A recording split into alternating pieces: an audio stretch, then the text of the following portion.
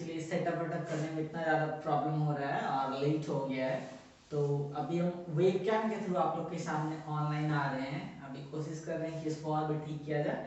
चलो, आज का जो क्लास हम लोग का होने वाला है, ये स्पोकन का फर्स्ट क्लास है।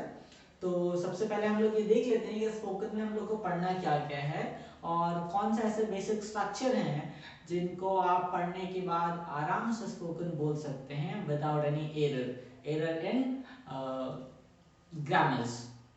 ओके, तो स्टार्ट करने से पहले आप लोग सबसे एक रिक्वेस्ट है कि जितने भी नए स्टूडेंट्स हमारे हैं जो अभी तक चैनल को सिर्फ वॉच कर रहे हैं, सब्सक्राइब नहीं किए तो वो सब्सक्राइब कर लो, क्योंकि आज के बाद कंटिन्यू क्लासेस होने वाले हैं आपके। जब तक आपका क्लास रिज्यूम नहीं हो जाता ऑफलाइन वाला, तब तक कंटिन्यू ऐसे ही चलेगा।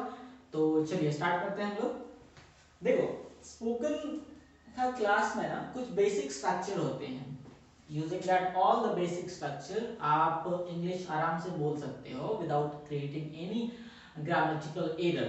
तो देखते हैं कि वो सारे स्ट्रक्चर्स क्या है। बट स्ट्रक्चर्स को देखने से पहले आप थोड़ा बहुत आपसे एक क्वेश्चन छोटा मोटा पूछ लेते हैं कि आप कहाँ तक कैपेबल आंसर करने के लिए। ऐसे क्वेश्चन बहुत इजी है, आप बता सकते हो। जैसे देखो, एक छोटा सा चीज है कि यहाँ पे एक वर्ड आप जानते हैं, ठीक है। तो अगर मैं आपसे ये पूछूं कि आप बताइए कि वर्ड होता क्या है, तो बोलोगे क्या सर, पकाना स्टार्ट कर दिया आप तो ऐसे ही पूछने का मेरा मतलब है कि आप थोड़ा बताएं हमको कि वर्ड होता क्या है, क्योंकि smallest unit of spoken is word. तो देखो, वर्ड क्या होता है, आप बोलोगे कि सर ग्रुप ऑफ लेटर ही तो होता है। तो ठीक है भाई, हम मान लिए कि ग्रुप ऑफ लेटर होता है, तो यहाँ पे एक्स वाई जेड लिख दिए, तो क्या ग्रुप ऑफ लेटर ये वर्ड बन गया? तो बोलोगे सर कि वो ग्रुप ऑफ लेटर जिसका कोई मीनिंग निकले। तो हम भी बोल रहे हैं कि हाँ सही बोल रहे हो।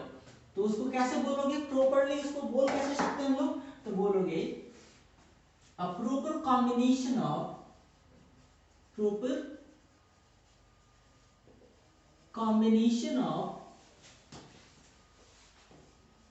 letters are called word। Letters का जो प्रॉपर कॉम्बिनेशन होगा वो क्या होगा?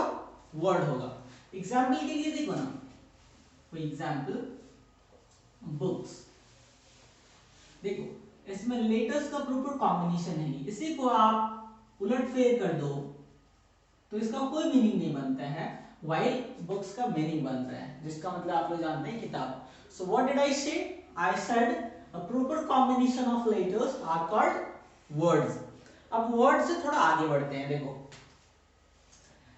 वर्ड को कितना कैटेगरी में डिवाइड किया गया है? The word has been categorized, division of word. Word has been categorized into two different ways. दो तरह से डिफाइन किया गया, कैटेगराइज किया गया इसको। Number one, action, and number two, no action. देखो, वर्ड को कितना तरह से कैटेगराइज किया गया? दो तरह से। नंबर वन एक्शन और नंबर टू नो एक्शन। तो इसको एक्सप्लेन करने से पहले आपको ये जानना जरूरी है कि एक्शन क्या होता है और नो एक्शन क्या होता है। भाई, नो एक्शन कुछ नया चीज नहीं है, आप पहले से जानते हो। नो एक्शन का मतलब क्या? Non performing words. Non perform मतलब नो एक्शन परफॉर्मिंग वर्ड्स। ये क्या होता है? जो भी वर्ड एक्शन परफॉर्म नहीं करे वो क्या होता है? नो एक्शन होता है, जिसको आप पहले से नाउन के नाम से जानते हैं भाई, नाउन के नाम से जिसको आप पहले से पढ़े हैं। तो देखो, नो एक्शन को ना, चलो मैं इसको डिफाइन कर देता हूं। Word which does not perform action। ऐसा कोई भी वर्ड जो एक्शन परफॉर्म नहीं करता है वो क्या होता है? नो एक्शन होता है। And now, no action word has been categorized into four different ways. Number one, all the names। जितने भी नेम्स हैं दुनिया में, जो भी जिसका भी कुछ भी नाम है, वो सब का सब क्या है? नो एक्शन है। जैसे राहुल, रिया, प्रिया, ठीक है, बॉयज, गर्ल्स, इलाहाबाद, ताजमहल, सबके सब क्या है, ये नेम है। तो इस तरह से आप दुनिया में जितने भी नेम्स हैं सबके सब क्या है, नो एक्शन है। अब देखो ना, राहुल का नाम ले रहे हो तो कुछ हो रहा है क्या, ये तो सिर्फ नाम है। राहुल का नाम ले रहे हो तो कुछ हो रहा है, नहीं हो रहा है, क्योंकि ये नाम है, इसमें कोई एक्शन नहीं हो रहा है। सिमिलरली ऑक्यूपेशन,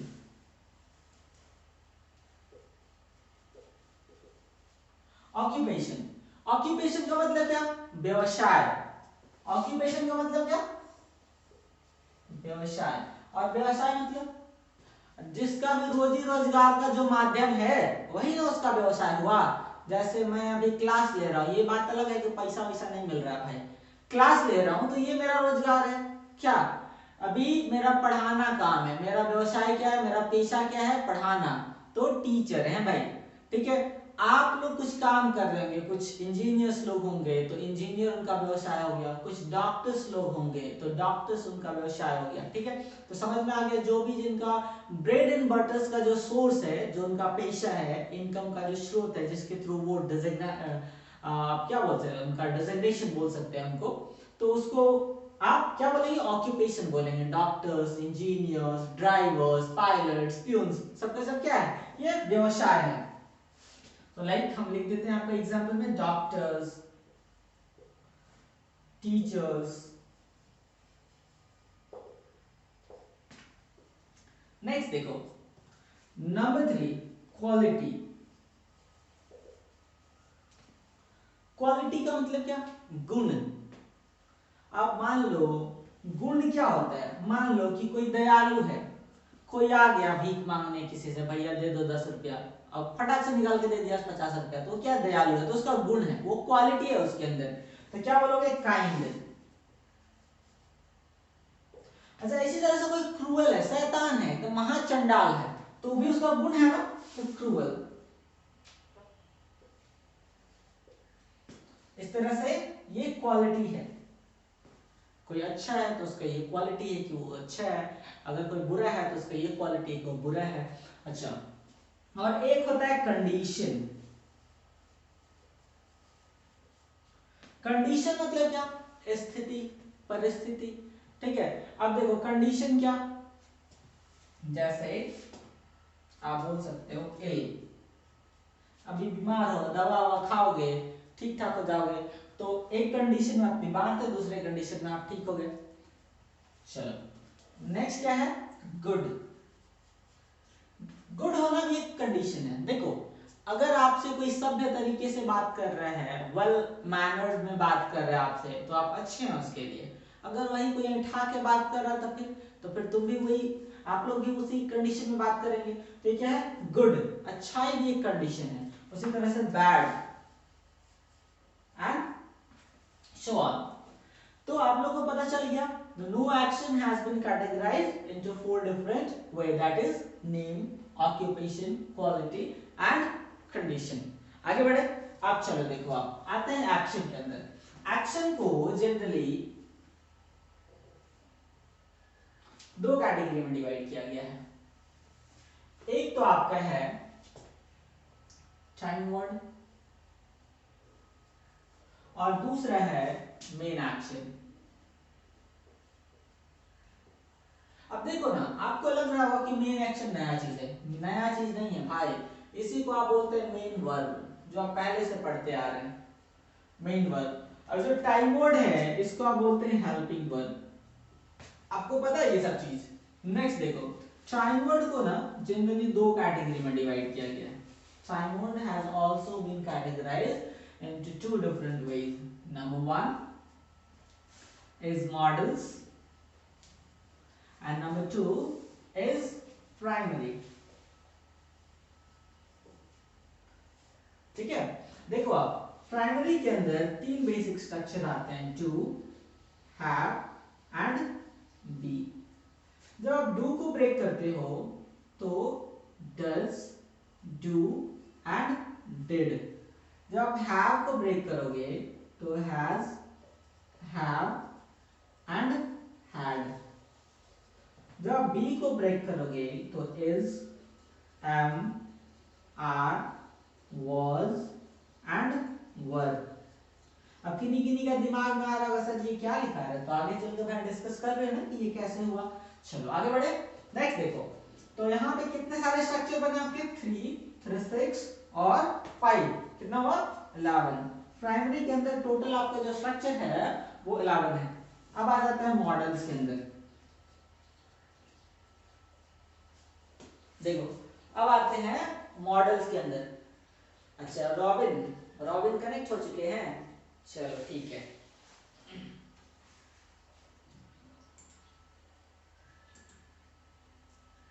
6 लोग अभी तक ज्वाइन कर चुके हैं। Okay,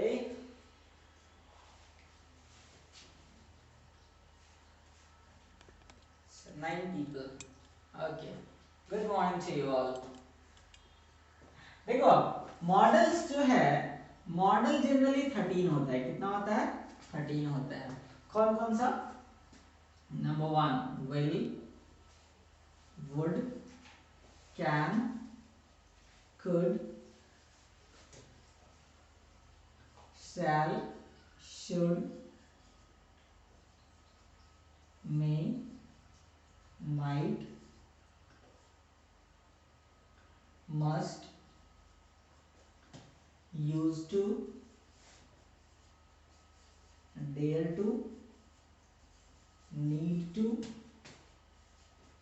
out to। ये टोटल 13 मॉडल्स आपके पास है। तो देखो टोटल स्ट्रक्चर आपके पास कितने हो गए, 13 प्लस 11 इज इक्वल टू 24। अब ये 24 बेसिक स्ट्रक्चर यदि आप जान लेते हैं तो without creating any grammatical errors you can speak the English.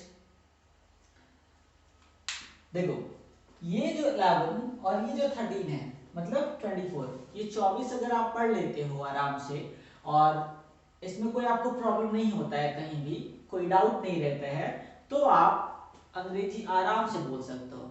ठीक है, अब जितना एडवांस डिस्कशन करना चाहोगे उसके बाद उतना एडवांस आपको स्ट्रक्चर पढ़ना पड़ेगा, but these are the basic structure using that all you can speak English in a proper manner without any error. तो हम लोग का मान के चलो कि ये सिलेबस है स्पोकन का जो आप लोग को पढ़ना है, जिसको आप चाहें तो स्क्रीनशॉट ले सकते हैं और लिख सकते हैं। अब हम लोग एक एक करके एक्सप्लेन करना स्टार्ट करेंगे सारे प्राइमरीज एंड मॉडल्स को, मीन टू से पूरे टाइम वर्ड को हम लोग डिस्कस करेंगे। लेकिन उससे पहले हम थोड़ा सा जान लेते हैं मेन एक्शन के बारे में। ये एक्शन होता क्या है, देखो एक्शन क्या होता है, एक्शन क्या होता है, वर्ड